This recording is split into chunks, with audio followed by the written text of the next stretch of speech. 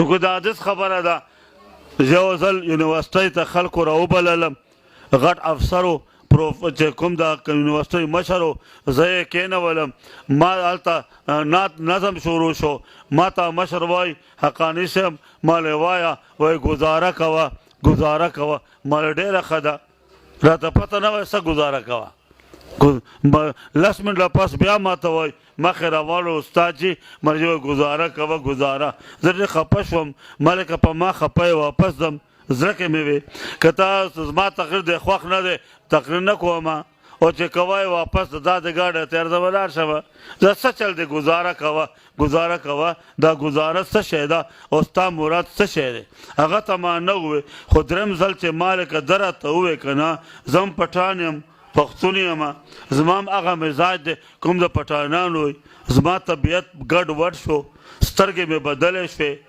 مخ مې بدل شو تندی مې بدل شو لهجه مې بدله شوه ما لک بیا در راته ووایې که نه ګزاره کوه ګزاره به نه کوم ګزار به کوم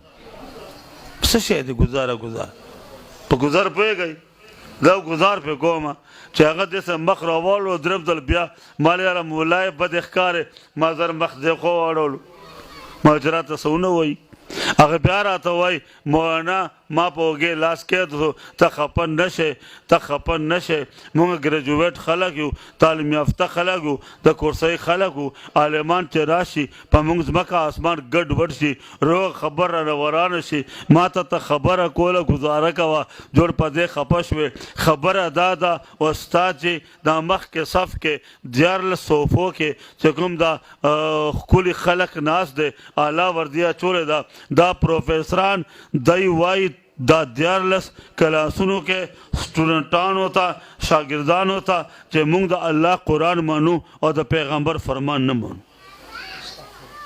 کفر دی که نه دی حدیث نه مني د پیغمبر فرمان نه مني زه تاته دا ویل غواړم چې دلته د حدیث نوم ما اخله پیغمبر نوم ما اخله د نبی صلی الله علیه وسلم نوم ما اخله بخاري ترمذي ابو داود سیاسته او زر کتابونو د حدیثونو هغه یې حواله مه ورکوه جګړه به جوړه شي قتل و غارت به وشي ته به هم جیل کې زه به جیل کې یم یا په تا به ګولۍ راشي په ما به ګولۍ راشي دا 14 استادان حدیث نه مني نن هم دینیات ماسټر په کلاس کې خپلو سټوډنټانو طالب علمانو ته وایي د حدیث کتابونه دا ټول ټلیات دي خرافات دي بکواسات دي کذبات دي دروغ دي افسانې دي او د منګړت کیسې او کہانی دي دا ټول کتابونه 1000 کتابونه د حدیث دا ټول وسوځوئ سیند ته وغورځوئ او د دې غیره په سیند کې وبهوئ دا ټول کذبات دي او ما ته وې حقاني صاحب ته قرآن بیان کا ترجمه بیان کا قرآن معنی بیان کا تفسیر بیان کا قرآن مسئلے بیان کا پیغمبر د فرمان خبر مه کوه حدیث و خبر مه کوه ورنہ آگ لگ جائے گی جھگڑا بن جائے گا فساد آ جائے گا تم بھی جیل میں میں بھی جیل میں تم بھی قتل ہو جاؤ گے میں بھی قتل ہو جاؤں گا گزارا کا و گزارا دا میں مرادو زپوش وما مال جزاک اللہ واہ واہ تا ما تا عنوان راکو موضوع راکا گفتگو پینٹ ذرا تو خودلو او دا پا دے خبرو کو ڈرخ کار دیو کو چرا پاس دم ما تقریر عنوان کے دا آیتو آغاز کے ما آتاکم الرسول فخذو خلقا اللہ پاک فرمائے زما پیغمبر تاسو ته هدایت درکې پیغام درکې علم درکې عمل درکې سنت درکې تراویح درکې روزې درکې احکام حج مسلې بیان کړي یا د جهاد مسلې بیان کړي فخذوه د غاښونو سره د پیغمبر خبره مضبوطه ونیسئ ځان ورکئ لیکن دې باندې عمل درنه پاتې نشي وما نهاکم عنه او کوم څیز نه ما پیغمبر منې کوي فنتهو کٹ جاؤ مٹ جاؤ جسم کے ٹکڑے کرا دو لیکن دا پیغمبر ویختہ عمرہ مخالفت مکوئی میں دا چا فرمان دے اگر دا اللہ فرمان دے سٹوڈنٹانو وے دا اللہ فرمان دے کاری طالب علمانو وے دا اللہ فرمان دے میں دا چا بیان دے اگر دا اللہ بیان دے میں دا اللہ خبر منائی وے خبر منو میں اللہ پاک وے زما دا پیغمبر قول زما دا پیغمبر عمل ما دا پیغمبر فرمان ما دا پیغمبر سنت زان ورکای لیکن ویختہ عمرہ دے کے پر خودلے کی کوشش مکوئی میں دا فرمان دے وی آو مانے بس خبر دادا یو قرآن دی یو نبی آخر الزمان دی یو علم دی بل عمل دی یو متن دی بل شرح ده یو عنوان دی بل مضمون دی یو مسلک دی بل سالک دی یو هدایت دی بل هادی دی قرآن رحمت دی نبی رحمت العالمین دی قرآن کلام اللہ نبی کلیم اللہ قرآن رحمت دے نبی رحمت عالمین دے اور قرآن نور ہے نبی سراجم منیرہ ہے وائے سبحان اللہ صلی اللہ علیہ وسلم فرمائی نن دا مدرسہ صدر کئی دا گلشن صدر کئی دا مرکز صدر کئی انوارات برکات ہدایات ثمرات در کئی خلقہ ہمیشہ تاسو چندے ورکړي کمرې ورته جوړ کې درسګانو ورته جوړ کړ دا بلاکونه ورته ورکړل دا پکې ډېر کمای دی خو په دې بل خو هم ځای دی ورسره الله دې ټول ځای آباد او شاداب وګرځوي وایي آمین الله دې مولانا په جوانی کې او ژوند کې برکت واچوي وایي آمین پیغمبر صلی اللہ علیہ وسلم فرمائی من تمسک بسنتی چکل اندہ فساد امتی چکل محمد کے فسادی زلحادی ذلحادی زندقہ بھی اوریانی بھی ڈمتو بھی بے حیائی گڈاگانے اور تماشے اور نخرے اور غلاگانے اور ڈاکے اور قتل و غارت اور دین علاوہ حماقت اور بغاوت پیغمبر فرمائی پر داس دور کے سکسان راجمشی مدرسہ روانہ کی سکسان کینی مدرسے کی کینی سکسان را اوچت سی معشومان را اولے گی سکسان اللہ کمرہ جوڑا کی سور اللہ خخت ور کی سور اللہ زکاة ور کی سور اللہ اوچر ور کی من تمسک بسنتی ما یو سنت جوندے کو تاسو را لئی یو قدم سنت دے فلہو اجر میت شہید یو قدم پر بدل کے سلو شہیدان و ثواب دے دلتا ناس دے یو سیکنڈ میں سنت دے یو منٹ میں سنت دے یو ناستہ میں سنت دا نظر میں سنت دے اور دل میں سنت دے اور عمل میں سنت دے دا علمان و چہرے تک قتل سنت دے دا قرآن بیان اور دل سنت دے شیخ الحدیث مولانا عبدالحق فرمیل خلقہ پدا سے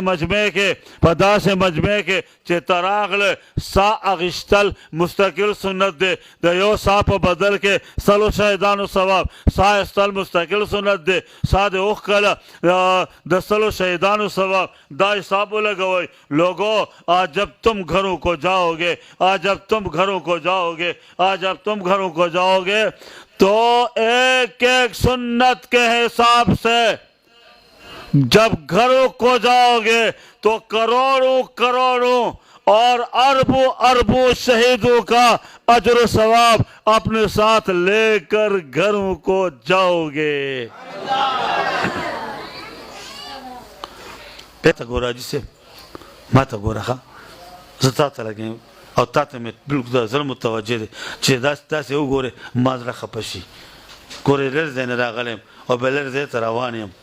او دا سے قیمتی مرغلے در کوما چھے انشاءاللہ یو کس او یو معشوم بم نن محروم نزی وائے سبحان اللہ پیغمبر صلی اللہ علیہ وسلم ناستے پخپل مسند لکہ دے مولانا سے زدل تکین ولم دا پیغمبر مسند دے دل تکین ولم صحابہ کرام دا سے ورطناستی او تاسو دا صحابہ کرامو پا مسند کین ولی مانا دا پیغمبر سنت او تاسو دا صحابہ کرامو سنت او دین دا محلے دا پیغمبر دا مدرسے دا خادمانو سنت ٹول ادا کی گے لگے دے وائے سبحان اللہ پیغمبر درس کو بیانے کو لکہ زمان بیان شروع دے کے جبریل امین پیغمبر تراورستلو مازیگر مزنپس السلام علیکہ یا رسول اللہ خور پیغمبر پداد سلامی پیغمبر جواب ورکو وعلیکم السلام سنگر آگلے استاد جی اللہ پاک را لے گلے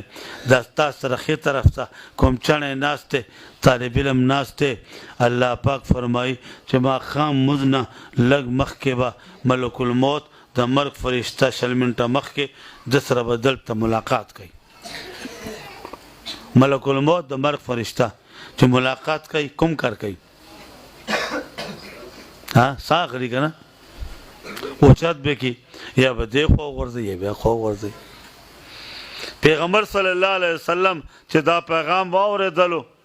لگ پا سوچ کے لارو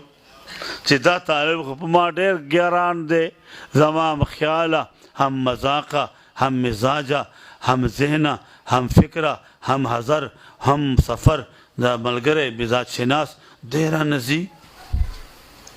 الله پاک اوچتای دایاں بایاں لاس میں دے خپه شو لږ په سوچ کې لاړو جبرائیل ورته وایي استاد جی یا رسول الله الله پاک فرمای مجھے چنی او دې طالب ته وښیه چې ملک الموت تر روان دی ماښام وزنه لا شل منټه مخکې طالب ته پیغمبر ووی طالب خبره واورېده یو منټ پل کې جھکائیں ته سلام دې وکتل بیا استاد جی لبیک استاد جی حاضر جناب استاد جی زه لبیک یم زه حاضر یم استاد جی الله پاک په ما فضل دی ستا صحبت را کړی ستا مجلس را کړی ستا ملاقات مه ملاویږه جلسه مه خرابوه کې نه پارم اوس ټولو باندې ګرځي مسافه کوي دې ته به زو ښایي دلته بیان شروع دی ټول سره مله دې خوا کښېنه په آرام نو پیغمبر صلی الله علیه وسلم طالب وایي تا ته اوس اطلاع راغله چې مرګ فرشته را در روانه ده ته به ژوندی پاتې شې راتګ نه مخکې به تللی لیکن قربان شم د مدرسې د طالب نه استاد جی لبیک چې الله مې غواړي لبیک زه حاضر یم استاد جی رب ذوالجلال په ما احسان کړی دنیا کې تا مجلس را کړی کله غواړم ستا قدم ته راورسېږم کله غواړم ستا لمن ته راورسېږم ستا ملاقات ستا زیارت وشي دلته ستا مجلس صحبت ملاقات دی اوس مې الله غواړي بره خپلې بارګاه ته نور خدای نه څه غواړم چھوڑ دو کاخ محبت کے دریچے سارے د محبت د محل ټوله کړکۍ او رسندرونه کلاو کوي هوا را روانه ده چھوڑ دو کاخ محبت کے دریچے سارے میرے محبوب کے دامن کی ہوا آتی ہے د خپل محبوب د رب ذوالجلال د لمن ہوا ماته راځي خوشحالي زما لبیک چھوڑ دو کاخ محبت کے دریچے سارے میرے محبوب کے دامن کی ہوا آتی ہے دا خبر ختم شوا پیغمبر خوشحال شو